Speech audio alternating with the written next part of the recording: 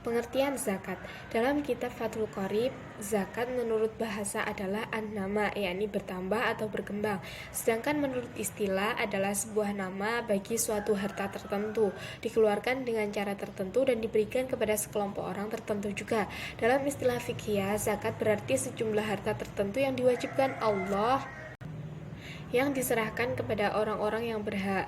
Perbedaan zakat dan pajak. Sebenarnya zakat dan pajak mempunyai persamaan dan perbedaan, yakni sama-sama diambil untuk kemaslahatan umat, sama-sama mempunyai aturan dalam penerapannya. Sedangkan perbedaan zakat dan pajak bisa dilihat dari beberapa sisi, diantaranya adalah yang pertama dari sisi tujuan. Zakat bertujuan untuk menyucikan jiwa dan membersihkan harta, karena pada setiap harta yang kita miliki terdapat hak orang-orang yang membutuhkan. Sedangkan pajak bertujuan agar setiap masyarakat dapat memperoleh dan menikmati fasilitas sosial secara adil dan merata. Yang kedua adalah dari sisi pengelola. Pengelola zakat disebut amil, yakni orang-orang yang dipercayai untuk mengelola zakat, atau biasanya di masjid-masjid ada kepanitiaan tertentu yang mengurus zakat, atau lembaga-lembaga tertentu yang mendapat kepercayaan. Sedangkan pajak, pihak yang mengelola adalah PNS atau pegawai negeri sipil yang telah diseleksi dan dipilih oleh negara dalam lembaga Direktorat Jenderal Pajak atau DPJ. Yang ketiga dari sisi penerima, zakat diberikan pada 8 golongan, yakni fakir, miskin, gharim, riqab, mu'alaf, fisabilillah, ibnu sabil, dan amil zakat. Sedangkan pajak penerimanya bukan hanya dari golongan rakyat kecil saja, namun pajak disalurkan ke seluruh masyarakat luas dalam rupa pembangunan, pendidikan, atau infrastruktur daerah yang manfaatnya bisa dirasakan setiap masyarakat negara. Yang keempat, dari sisi alatnya, zakat hanya bisa dikeluarkan berupa harta tertentu, yakni makanan pokok, hasil pertanian, hewan ternak, atau uang tunai. Sedangkan pembayaran pajak hanya dengan uang tunai. Yang kelima adalah dari sisi waktu pembayaran. Waktu pembayaran zakat ada dua, yakni ketika bulan Ramadan, sebelum bulan Syawal, dan ketika harta sudah mencapai nisab atau haul atau setahun. Sedangkan pembayaran pajak dilakukan setiap tanggal 10 setiap bulannya. Syarat-syarat zakat. Menurut kitab Fathul Qorib ada 6, yakni Islam. Maka bagi orang fakir asli dan murtad tidak wajib untuk zakat. Yang kedua, merdeka. Maka bagi budak tidak wajib zakat. Adapun bagi budak mubad wajib mengeluarkan zakat pada harta yang dimilikinya. Yang ketiga adalah hak milik sempurna. Sudah mencapai 1 nisab, haul sudah mencapai sebelum kepemilikan binatang ternak tersebut digembala di tempat umum dengan tanpa biaya. Maka jika makanan binatang tersebut sebagian besar atau dalam setahun beli dihukumi tidak wajib zakat. Begitu pula sebaliknya. Macam-macam zakat dan kadar ketentuannya. Yang pertama adalah zakat fitrah. Zakat fitrah adalah zakat yang wajib dikeluarkan oleh setiap muslim menjelang Idul Fitri pada bulan Ramadan. Besar zakat ini setara dengan 2,5 kg makanan pokok yang ada di daerah yang bersangkutan.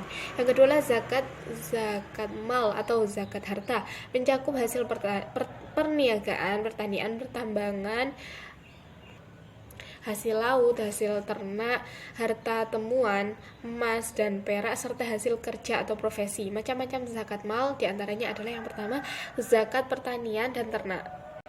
Zakat pertanian dan ternak telah dicontohkan pada zaman Rasulullah SAW. Zakat pertanian dengan sistem irigasi dikeluarkan sebesar 5% dan dengan sistem tada hujan sebesar 10%. Yang kedua adalah zakat emas dan perak.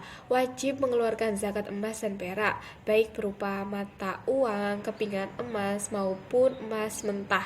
Jika masing-masing benda tersebut telah sampai 1 nisab, waktunya cukup setahun dan si pemilik bebas dari hutang dan keperluan-keperluan pokok kehidupannya.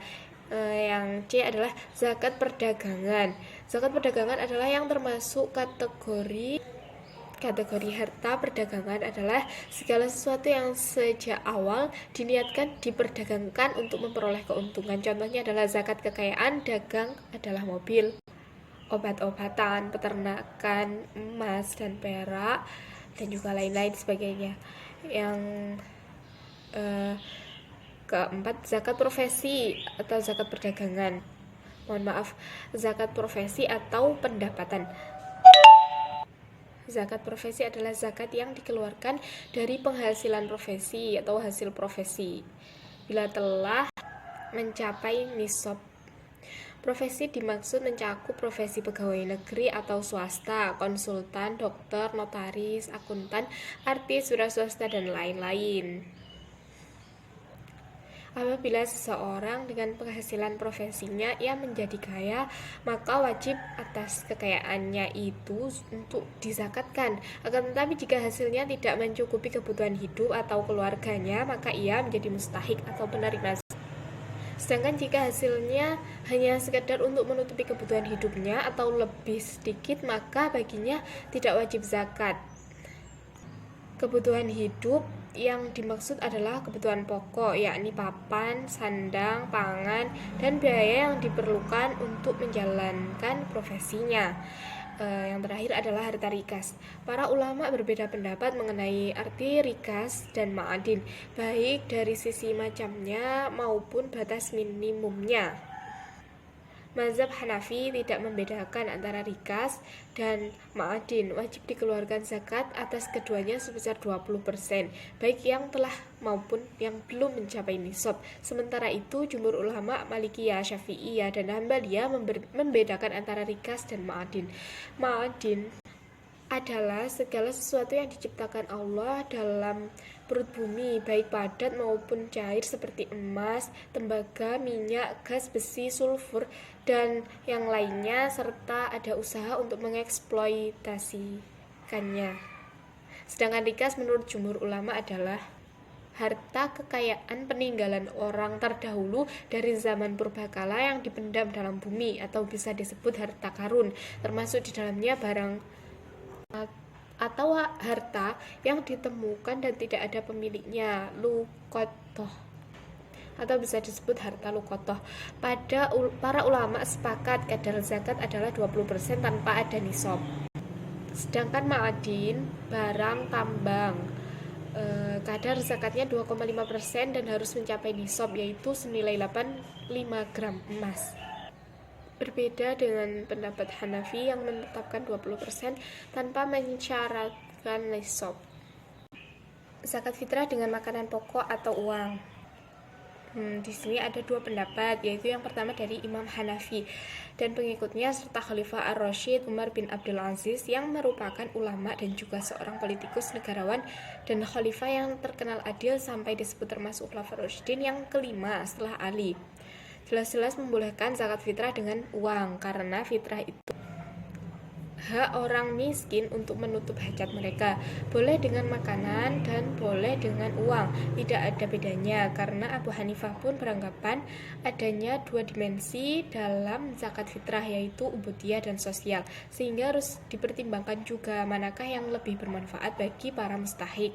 Yang kedua adalah pendapat dari mazhab Syafi'i, zakat fitrah dalam bentuk uang tidak boleh, karena yang diwajibkan dalam hadis ialah sesuatu yang mengenyangkan, karena Imam Syafi'i lebih menekankan dimensi ubudiyah dalam zakat fitrah, atau yakni sebagai suatu bentuk ibadah mahdhoh sama seperti sholat, puasa, dan haji yang wajib dilaksanakan dengan cara